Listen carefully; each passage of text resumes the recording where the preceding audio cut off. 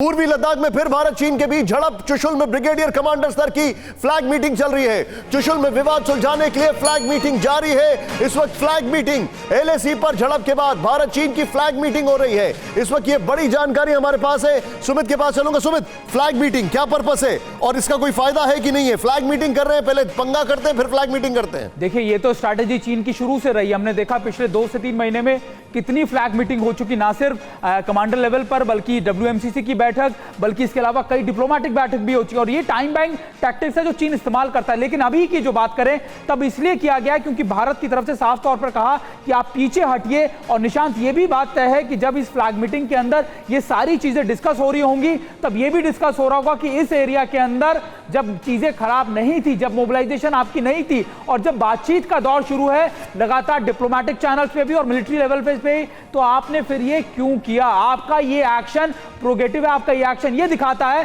कि आप aggressive posturing करना नहीं छोड़ रहे, आप अग्रेसिव पोस्चरिंग लगातार बढ़ा रहे हैं, आप अपनी मोबिलाइजेशन लगातार बढ़ा रहे हैं। तो अगर ऐसा है तो फिर भारत भी अपने एक्शंस लेगा। तो ये बहुत कट टू कट बातें होती हैं, लेकिन ये जरूर दिखाया जाता है कि आपके ये एक्शन किस तरीके से आप जो बता रहे हैं मैं सीधे चलूंगा कमोडोर रंजीत राय के पास। सर, मैं आपसे जानना चाहूंगा, फ्लैग मीटिंग, अब इसमें सवाल खड़ा यह होता है कि भारत के पास बहुत कुछ है कहने के लिए, लेकिन आप एक ऐसे एडवर्सरी से बात कर रहे हैं जो कि ढीठ है, बेशरम है और जिसको कोई मतलब नहीं है। They are there to loose.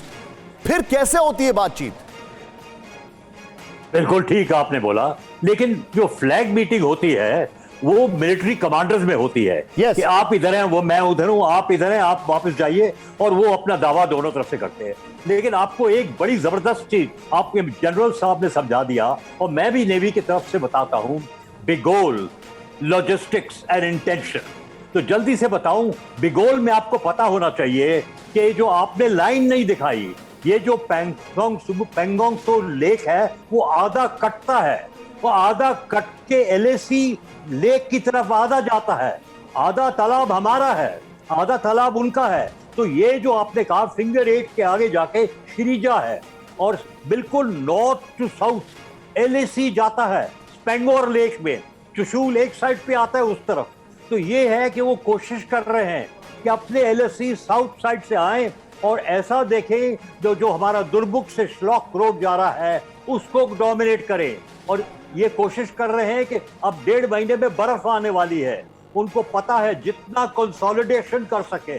और आप पॉलिसी जानते हैं चीन की, आपने भी बोला है, I will keep what I have got, I will take little more and I will consolidate. Sir, आप जो बता रहे हैं बिल्कुल ठीक कह रहे हैं आप। फिक्र आपकी, सोमवार से शुक्रवार रात 9 बजे सिर्फ TV9 भारतवर्ष पर।